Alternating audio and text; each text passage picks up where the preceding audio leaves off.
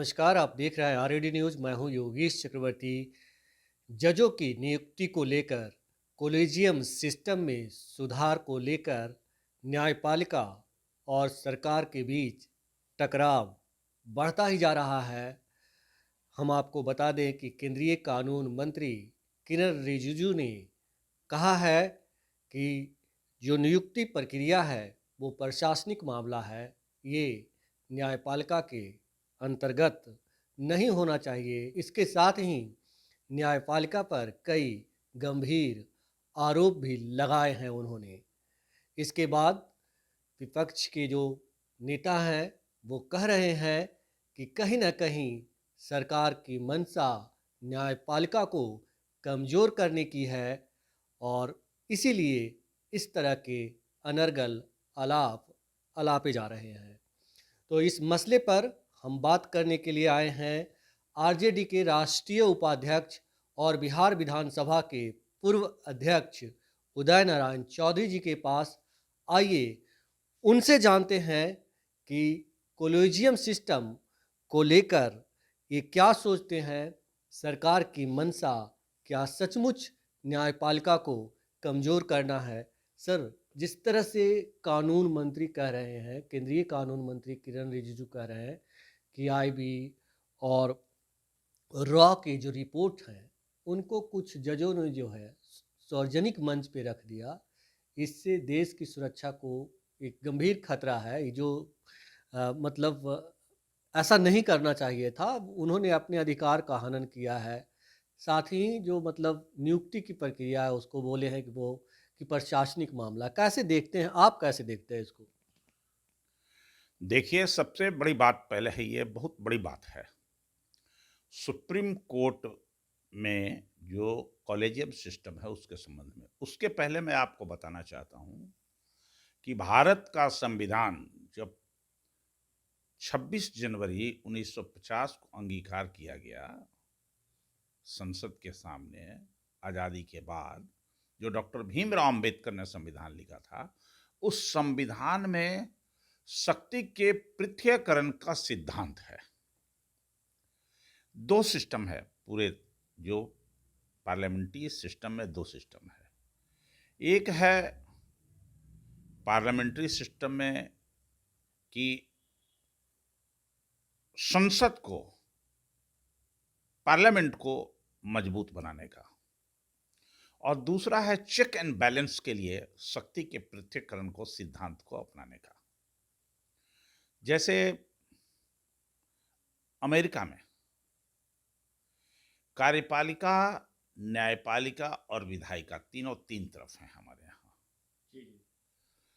और तीनों अपने अपने क्षेत्र में सॉवरेन है काम करने के लिए। विधायिका का काम है कानून बनाना, और जो कानून बना उसको इम्प्लीमेंट करने का काम है कार्यपालिका का, और जो कानून बना उसके अनुसार वो लागू हो रहा है या नहीं लागू हो रहा है, इसको देखने का काम है न्यायपालिका का। इसको व्याख्या, इसकी व्याख्या से संविधान में की गई है शक्ति के पृथ्वीकरण का। जी। और हमारे यहाँ पार्लियामेंट्री सिस्टम तो है नहीं। वो पार्लियामेंट्री सिस्टम है, लेकिन जो हम लोगों ने ऑप्ट किया है लंदन, इंग्लैंड से, इंग्लैंड में जो पार्लियामेंट्री सिस्टम है उसमें दो महत्वपूर्ण बात है। एक है कि हाउस ऑफ कॉमन, जो हमारे यहाँ संसद है, लोकसभा है, उसको हाउस ऑफ कॉमन है। हाउस ऑफ कॉमन को वो सभी अधिकार प्राप्त हैं जो हाउस ऑफ कॉमन अपने बहुमत से केवल महिला और पुरुष नहीं बना सकता, बाकी कोई भी कानून बना सकता है। और वहां जो हमारे यहाँ राज्यसभा है, वहां हाउस ऑफ लॉर्ड कहते हैं। तो हाउस ऑफ कॉमन के जो अध्यक्ष होते हैं, जो स्पीकर हमारे यहाँ कहा जाए, वो रिटायर करने के बाद या उनकी अवधि पूरी होने के बाद वो हाउस ऑफ लॉर्ड के मेंबर हो जाते हैं और चुनाव नहीं लड़ते हैं। हमारे यहाँ दूसरा सिस्टम दिया पार्लियामेंट्री सिस्टम में। हमारे यहाँ पार्लियामेंट्री सिस्टम में Lok Sabha, Rajya Sabha, upper house, lower house, शक्ति के पृथक्करण को भी शामिल किया, अपनाया गया है। अब शक्ति के पृथक्करण में जो कॉलेजियम सिस्टम है वो शुरू से चला आ रहा है आज़ादी के बाद से। हाँ, एक बात है जो हमारे संविधान में लिखा हुआ है कि जजों की नियुक्ति के लिए एक आयोग बनाना चाहिए था और आयोग से इसका निर्णय होना चाहिए था। उसके जो बनाई हुई प्रक्रिया होगी आयोग की, उसके द्वारा नियुक्ति होगी। लेकिन उस प्रक्रिया को तो माना नहीं गया और शुरू से ही कॉलेजियम सिस्टम को अपनाया गया।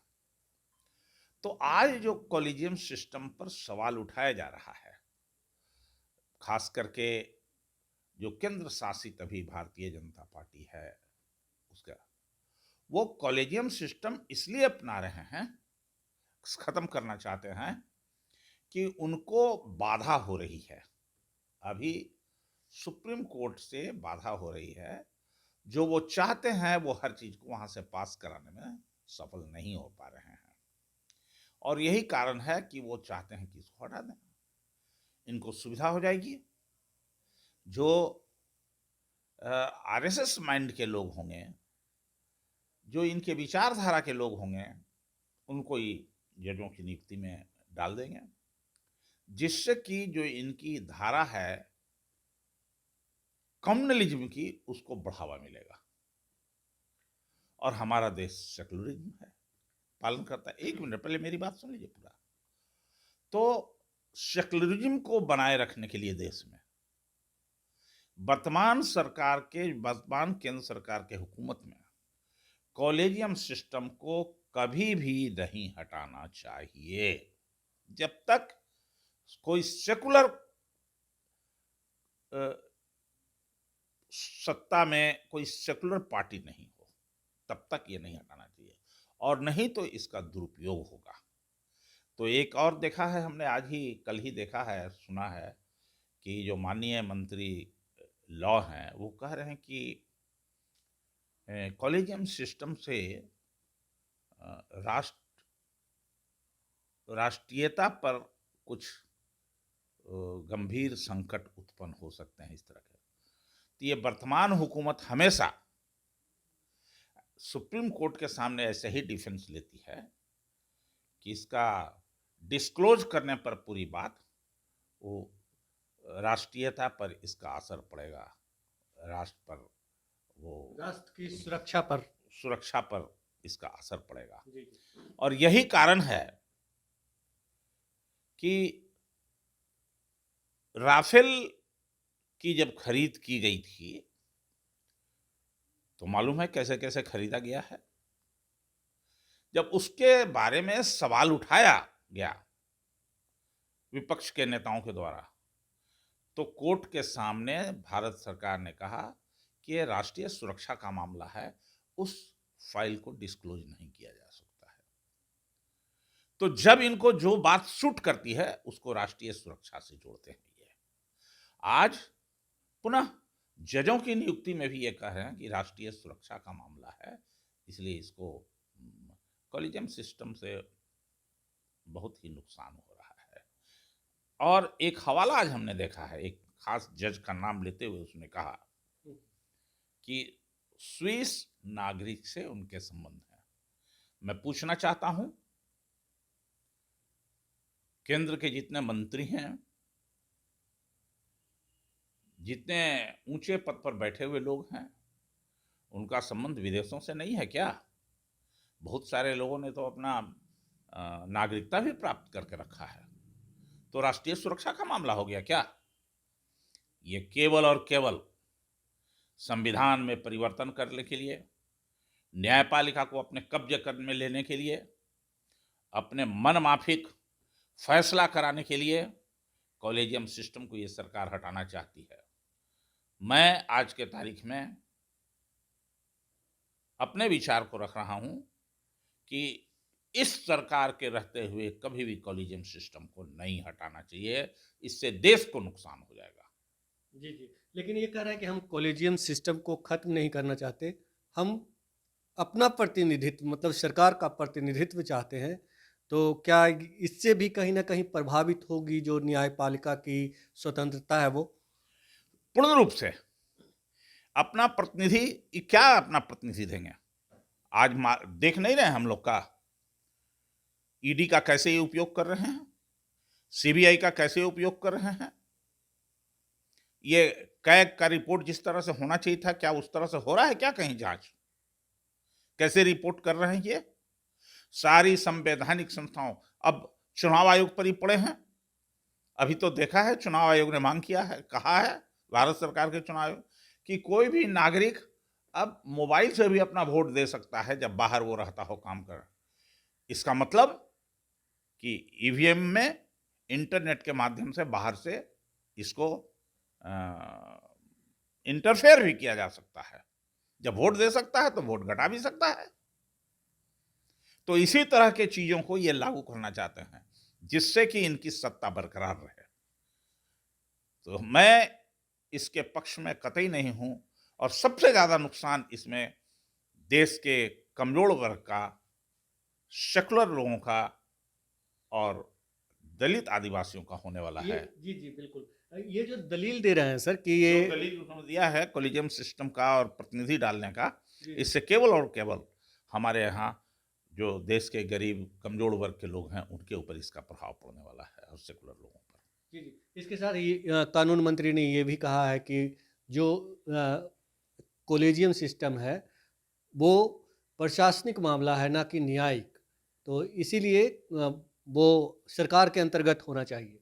कोई प्रशासनिक मामला नहीं है ये, पूर्ण रूप से न्यायिक मामला है। कैसे लोगों को आप बैठाना चाहते हैं? अभी अभी तो बहाली कर रहे हैं आईएएस लोगों का भी, सीनियर आईएएस लोगों का बहाली कर रहे हैं। उसमें क्या क्या अहर्ता रखे हैं लोगों को मालूम है, और कौन कौन से कानून उनके द्वारा बनवाए जा रहे हैं, बिल तो प्रोफेसर की नियुक्ति में भी इसी तरह से की गई है। सब जगह की जा रही है। तो ये भाजपा का सोची समझी, नागपुर के राष्ट्रीय संघ का ये सोची समझी चाल है जो भाजपा सरकार कर रही जिस तरह से आप है। इसलिए कभी भी भूल के भी अभी जो सिस्टम है न्यायपालिका की उसमें छेड़छाड़ नहीं होना चाहिए, उसकी स्वतंत्रता बरकरार रखनी चाहिए। जी जी जी। आप जिस स्वतंत्रता की बात कर रहे हैं, पूर्व कानून मंत्री कपिल सिब्बल ने भी ट्वीट करके कहा है कि कहीं न कहीं सरकार की मंशा जो है न्यायपालिका को कमज़ोर करने की है। इसी तरह की बात जो है दिल्ली के मुख्यमंत्री अरविंद केजरीवाल ने भी कही है, और आप भी कह रहे हैं कि ये कमज़ोर करने की मंशा है सरकार की। आप यही कह रहे हैं ना सर? निश्चित तौर से न्यायपालिका को कमजोर करके अपने शिकंजे में लेने की साजिश है ये। केवल कमजोर नहीं, कमजोर करके न्यायपालिका को अपने शिकंजे में अपने मन माफिक फैसला कराने के लिए लेना चाहते हैं। इसलिए इसको कभी लागू नहीं होना चाहिए। न्यायपालिका की स्वतंत्रता को बरकरार रखना चाहिए, प्रशासनिक हस्तक्षेप नहीं होना चाहिए इसमें। जी बिल्कुल। हम सर यहाँ एक चीज़ और साफ करना चाहेंगे कि आप लोग जैसे नेता जो ओबीसी दलित के नेता हैं, वो अक्सर मांग करते हैं कि जो कॉलेजियम सिस्टम है उसके अंतर्गत जो बहाली होती है उसमें पारदर्शिता नहीं होती। तो इस पे आप साफ कर दीजिए सर कि क्या होनी चाहिए। हम इन बातों से सहमत हैं आज के तारीख में। जी ऐसा नहीं कि हम उसको विरोध कर, और सही भी है, इसमें पारदर्शिता होनी चाहिए, आरक्षण लागू होना चाहिए। जी लेकिन आज के तारीख में वर्तमान हुकूमत में दिल्ली में जो सरकार बैठी है उसके नियंत्रण में इसको नहीं होना चाहिए लागू। कोई सेकुलर मिजाज का आदमी दिमाग में होना चाहिए जो स्वयं ही सारी संवैधानिक संस्थाओं को समाप्त कर रही है। तो एक और संस्था थोड़ी बहुत भी बची है, 10%, 15%, 20%, 50%, न्यायपालिका, उसको भी ये शिकंजे में लेना चाहता है और हमारे संविधान को इससे खतरा उत्पन्न होगा। जी जी गरीब किसान मजदूरों के हक हकूक पर इसका असर पड़ेगा। जी जी।